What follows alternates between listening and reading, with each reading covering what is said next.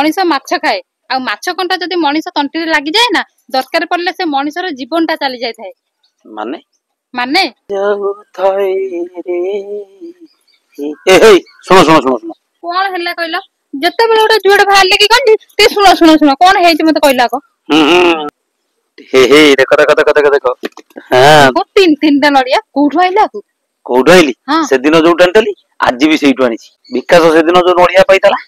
मु ताको दुर्दिन छोड़े नि आइतली आज भी ठीक सेम जे नड़िया पाइतला मु ठीक जाई बसिला बेलू देखली से नड़िया पाइक आनी सेइटी रखिछि मु फोन से नड़िया तक छड़े किनी ता भागु नै चली आसिली से तुम किछि कहलेनी मते हां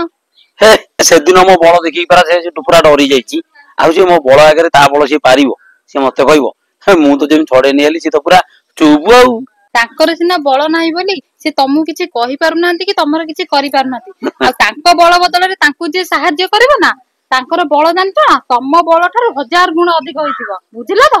कोन कहलो तमे हे अरे मु छड़े आनला से टिके नथली कि से टिके देखि नांती हला मु जे छड़े नि आली से खाली गोटाई कथा कहला हे भगवान तमे मोर विचार करियो मु सेई भगवान का कथा कहूची हैला जहां को बळ तम बळ ठार 1000 गुण अधिक आ मु सेई भगवान को दंड कथा कहूची भगवान जतले दंड देबे ना ताको केही रोकी परिबेनी बुझिला त आउ तुम जो कथा कहछो ई सब तो ठीक कथा सब मु ठीक कहूची मनीष माछ खाए आ माछ कंटा जदि मनीष तंटी लागि जाए ना दरकार पड़ले से मनीषर जीवनटा चली जाय थाए माने माने मानेटा होची एया गोटे बंचिला माछ गोटे मनीषर आंगुठी की कामुडी देथिला बोली तार संपूर्ण हातटा नष्ट होई जायतिला ए तमे जे बेकारिया कथा आउ कोठी कपिबो तमे जो कथा कहछो ये माछरे कोठी विष थाए मते टिए कहलो अरे माछरे सिना विष न थाए हेले से 1000 गुणा बळ थिबा भगवान कर ना ताकत थाए तमे कोन कहछो किछि बुझी परनी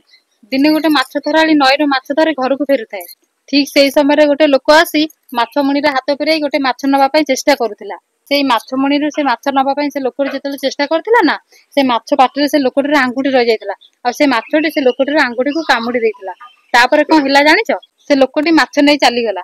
आ किछि दिन पर देखिला जे से माछ कामुडी थिबा आंगुठीटी तार धीरे धीरे नष्ट होवा को लागिला आ से संगे संगे मेडिकल गला तापरे डॉक्टर बाबू कोन कहिले जानिचो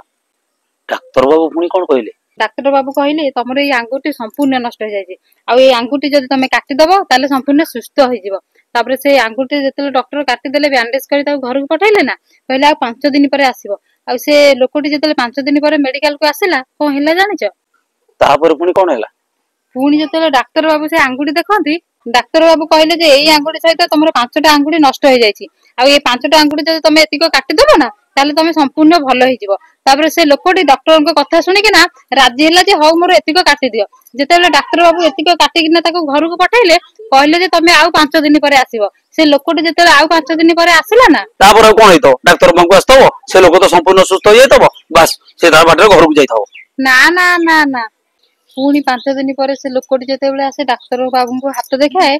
डाक्टर बाबू कोन कहले जानछो तमर संपूर्ण हाथ नष्ट हो जायछि आ तमे जे संपूर्ण हाथ काटी दबो ताहले हुए तो तबे बंची जाई पारो नहले तब सारा शरीरटा नष्ट हो जाई पारे डाक्टर बाबू जेतेबेले से लोकटीर हाथ ऑपरेशन करिया पई जानती से लोकटी को पचारिथिले अरे तमे एमिते कोन करछो जे तमरो इत्ते बड़ अघटन घटी गेला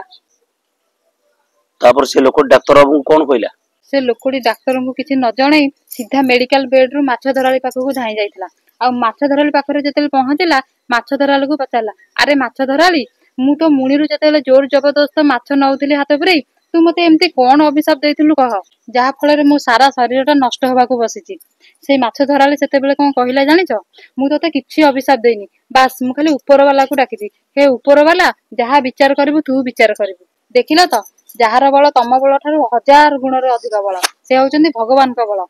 भगवान जेते बेले दंड देबे ना तम भलिया मनीष तांको पाखरे हार मानि जिवे ना तम पाखरे से टंका काम करिवो ना तम पाखरे बड़ बड़ डाक्टर माने काम करिवे ना तम देह रे थिबा से बळ काम करिवो जानिचो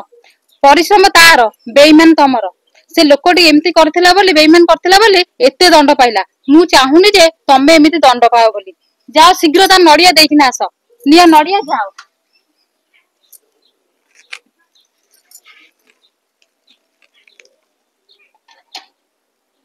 सतरे कोन कथा ठीक ना भूल मु तो जानी हो